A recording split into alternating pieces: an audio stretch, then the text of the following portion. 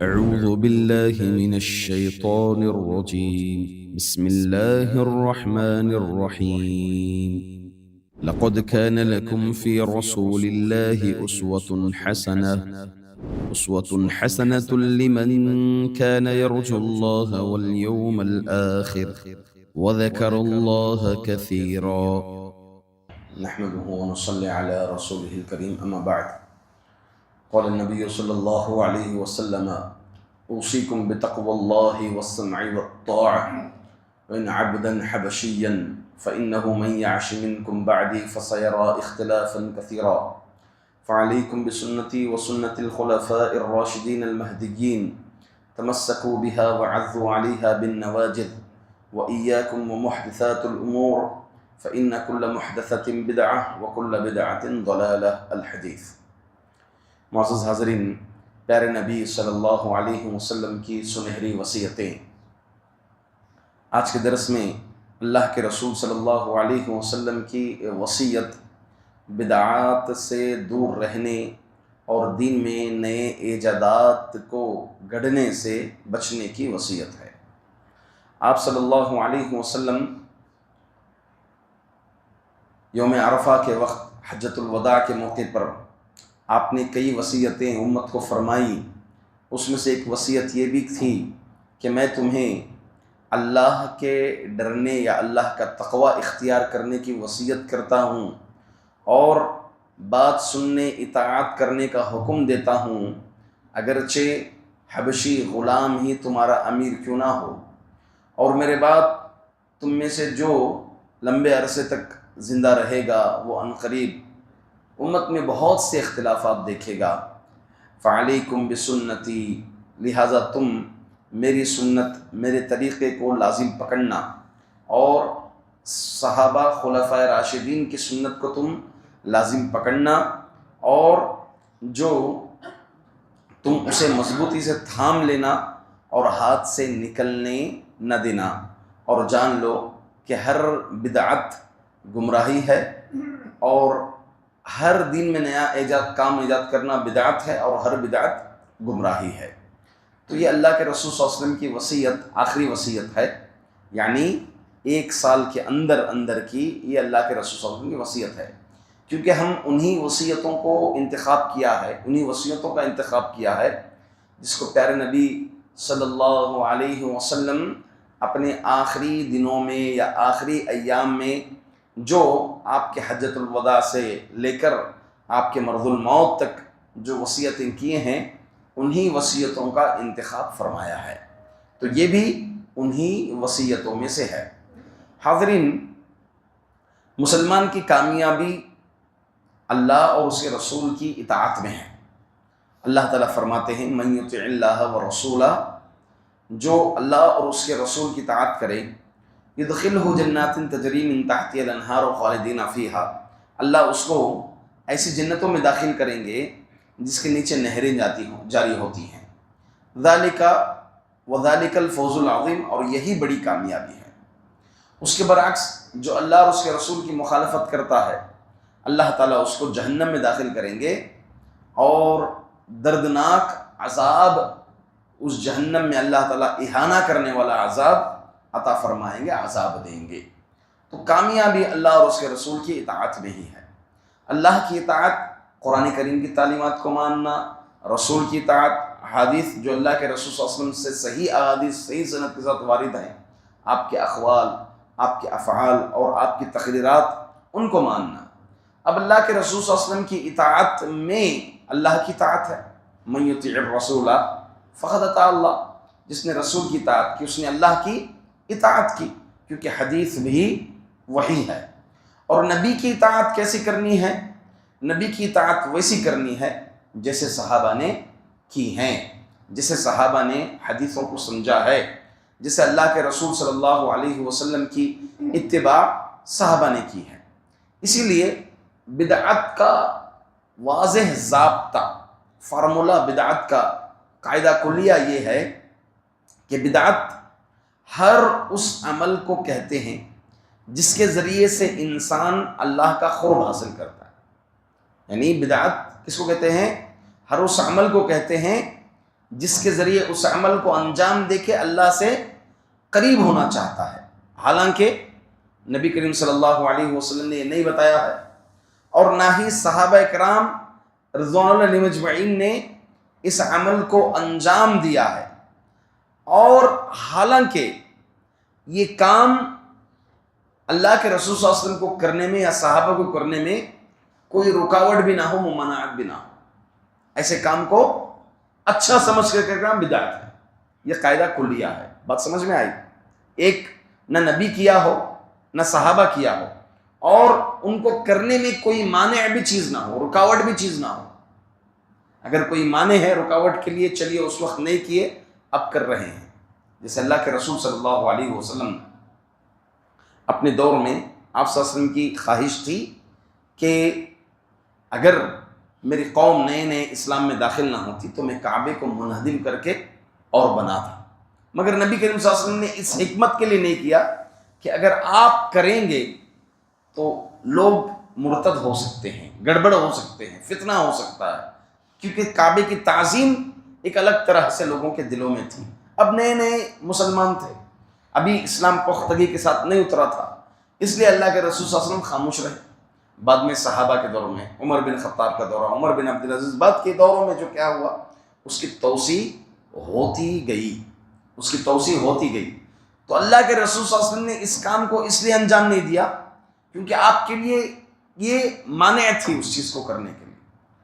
اب نبی کریم صلی اللہ علیہ وسلم کے لیے کوئی چیز مانع نہ ہو، جیسے مثال کے طور پر اذان ہے، اللہ اکبر کہہ کر اذان کا آغاز کرنا، اگر کوئی اذان سے پہلے درود پڑھتا ہے تو کیا اللہ کے رسول صلی اللہ علیہ وسلم کو اگر حکم ملتا تو نبی کریم صلی اللہ علیہ وسلم کے لیے کوئی رکاوٹ تھی اس کام کو انجام دینے کے لیے؟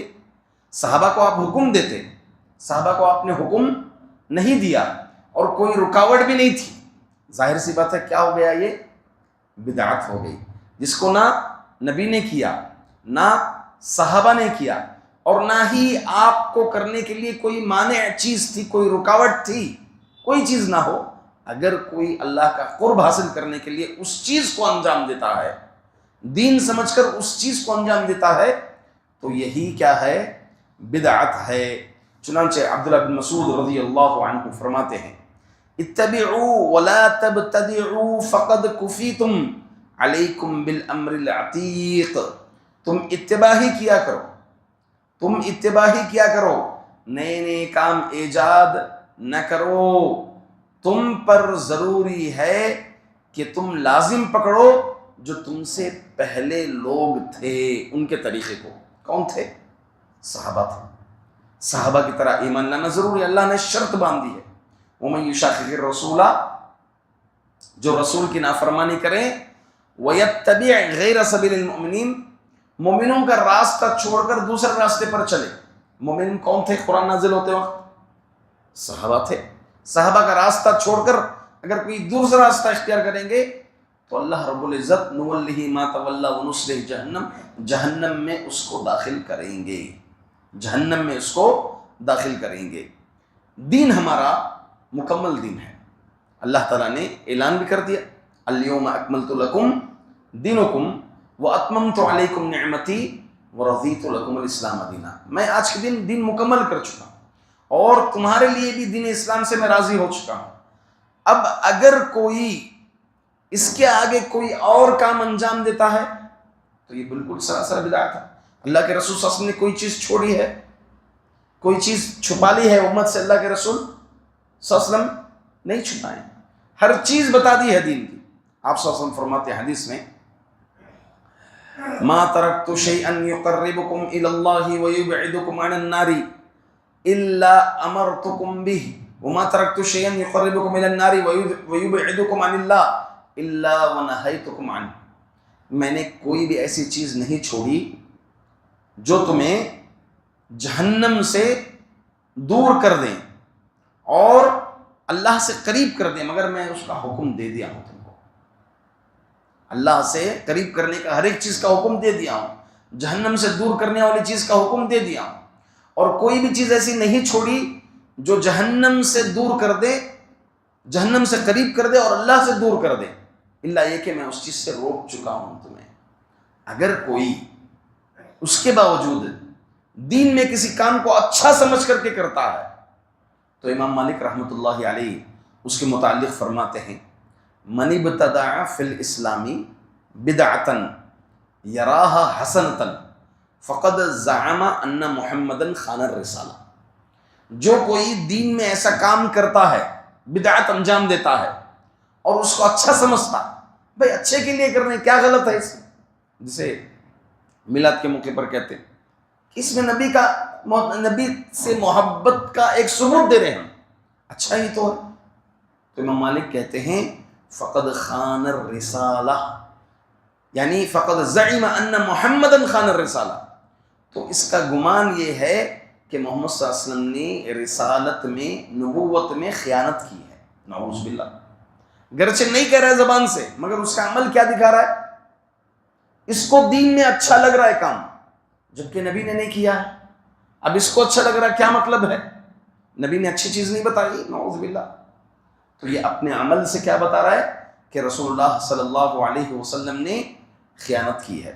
حاضرین، بدعت کے کئی اسباب ہیں، ان اسباب میں سے یعنی بدعت جو پھیلی، عام ہوئی، پھیلتے گئی، اس کا ارتقاء ہوتے گیا، اس میں سے ایک سبب یہ ہے، اہم سبب، کسی چیز کا جو حکم دیا گیا ہے اس حکم میں مبالغہ کرنا، اس کو عمل کرنے میں کیا کرنا، مبالغہ کرنا، مبالغہ بولے تو تجاوز کرنا، غلو کرنا اس عمل میں، اس عمل کو انجام دینے میں غلو کرنا۔ اب یہ چیز شریعت میں جائز نہیں۔ اللہ کے رسول صلی اللہ علیہ وسلم کے پاس 3 لوگ آئے تھے، آپ نہیں تھے، تینوں نے طے کیا میں یہ کروں گا، وہ کروں گا، میں شادی نہیں کروں گا، میں رات بھر قیام کروں گا، میں جو ہے اسی طرح سے زندگی بھر روزے رکھوں گا۔ تو تینوں کام سے اللہ کے رسول صلی اللہ علیہ وسلم حکم دیا گیا ہے شریعت میں، اب اس میں مبالغہ کیا جا رہا ہے، اللہ کے رسول صلی اللہ علیہ وسلم نے روکا۔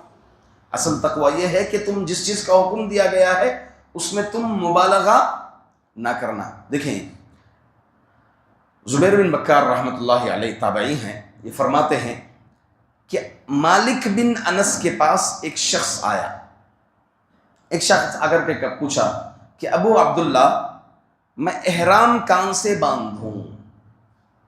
تو انہوں نے جواب دیا ذوالحلیفہ سے، جہاں سے رسول اللہ صلی اللہ علیہ وسلم نے باندھا تھا۔ اس شخص نے کہا کہ میں روضہ اطہر سے باندھوں گا، یعنی آپ صلی اللہ علیہ وسلم کا جو روضہ ہے، آپ کی جہاں پر قبر ہے، وہاں سے میں باندھوں گا۔ اللہ کے جبکہ آپ وہاں اور اس میں 17 کلومیٹر کا فاصلہ دیکھیں گے، یہ مسجد النبوی ہے اور یہ ذوالحلیفہ، تقریباً مسجد النبوی سے 17 کلومیٹر کا فاصلہ ہے۔ کہا میں وہاں سے باندھوں گا، محبت کا ثبوت دینا چاہ رہا تھا، میں وہاں سے باندھوں گا۔ تو چنانچہ انہوں نے فرمایا کہ مجھے تم پر فتنے کا ڈر ہے۔ کیا فرمایا؟ مجھے تم پر فتنے کا ڈر ہے۔ اس شخص نے کہا اس میں فتنے کی ڈر ہونے کی بات کیا بات ہے، میں تو بس اس میں فتنہ کون سا ہے، میں بس احرام وہاں سے باندھ رہا ہوں جہاں سے رسول نے باندھا ہے، اس سے کچھ اور پہلے سے باندھ رہا ہوں، اس میں فتنے کی کیا بات ہو گئی؟ تو مالک بن انس نے فرمایا اس سے بڑھ کر اور کون سا فتنہ ہو سکتا ہے کہ تم یہ سمجھو کہ تم ایسی نیکی کی طرف بڑھ رہے ہو جسے بتانے میں معاذ اللہ کے رسول صلی اللہ علیہ وسلم نے کوتاہی کر دی۔ ہاں، رسول اگر وہاں سے ہوتا تو رسول بتاتے، گویا تم ایسا کر رہے ہو کہ رسول نے نعوذ باللہ کیا کر دیا، کوتاہی کر دی، یعنی وہاں سے بتانا تھا یہاں سے بتا دی، یہی مطلب ہوا۔ پھر آپ نے قرآن کریم کی آیت پڑھی فَلْيَحْذَرِ الَّذِينَ يُخَالِفُونَ أَن تُصِيبَهُمْ فِتْنَةٌ أَوْ يُصِيبَهُمْ عَذَابٌ أَلِيمٌ، چاہیے کہ ان لوگوں کو ڈرنا چاہیے جو رسول کی مخالفت کرتے ہیں کہ کہیں انہیں فتنہ لاحق نہ ہو جائے یا پھر کوئی دردناک عذاب انہیں لاحق نہ ہو جائے۔ تو اس کے علاوہ اور بھی اسباب ہیں، خواہش نفس، یہ بھی بدعت کو ترویج دینے میں بہت ہی زیادہ عمل رہا ہے۔ اسی طرح سے موضوع حدیثوں کو عمل کرنا، موضوع حدیثوں پر عمل کرنا، ہاں یہ سب چیزیں بدعت کو بڑھانے میں اسباب ہیں۔ کچھ لوگوں کے پاس تقسیم ہے، بدعت حسنہ، بدعت سیئہ۔ بدعت حسنہ اچھی بدعت، بدعت سیئہ بری بدعت. اب بدعت جب بدعت ہے تو سیئہ اور حسنہ کہاں سے آئی اس میں؟ اللہ کے رسول صلی اللہ علیہ وسلم نے کہا، کیا فرمایا؟ من احدث فی امرنا ما لیس منہ فہو رد. کوئی ایسا کام کرے جس کا ہم نے حکم نہیں دیا، دین میں نہیں ہے، تو وہ عمل مردود ہے. اب اچھا کام ہو یا برا کام ہو، اچھا کام عبادت میں وہی ہو سکتا ہے جس کو شریعت نے حکم دیا، برا کام وہی ہو سکتا ہے جس کو شریعت نے حکم نہیں دیا، چاہے تمہاری عقلیں کتنا ہی اچھا سمجھتی ہوں. وہ بدعت ہے سو بدعت ہے. اب اس میں سمجھنے میں کئی لوگ غلطی کرتے ہیں.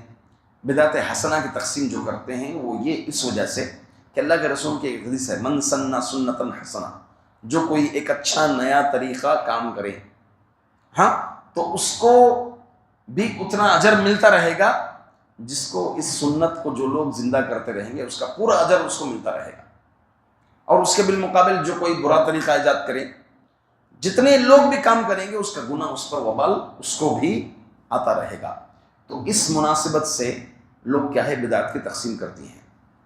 دیکھیں، اچھا طریقہ عمر بن خطاب سے بھی مروی ہے کہ ماہ رمضان میں جب تراویح کی جماعت آپ کے دور میں ہوئی تو آپ نے کہا کہ کیا ہی اچھا طریقہ ہے.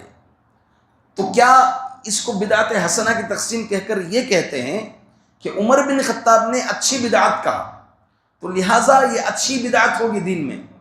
اس کا جواب کیا ہے؟ جواب یہ ہے کہ جماعت کے ساتھ پڑھنے کا طریقہ نبی کے دور میں نہیں تھا نا. 3 دن اللہ کے رسول صلی اللہ علیہ وسلم نے پڑھائی نماز، تراویح کی نماز پڑھائی.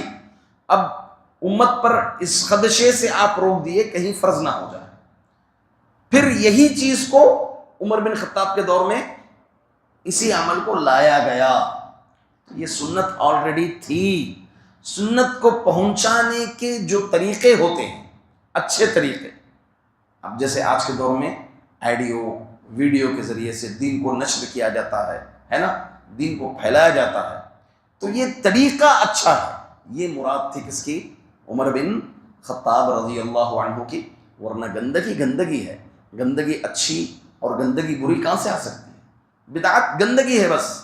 وہ بدعت اچھی اور بدعت بری دین میں نہیں آ سکتی.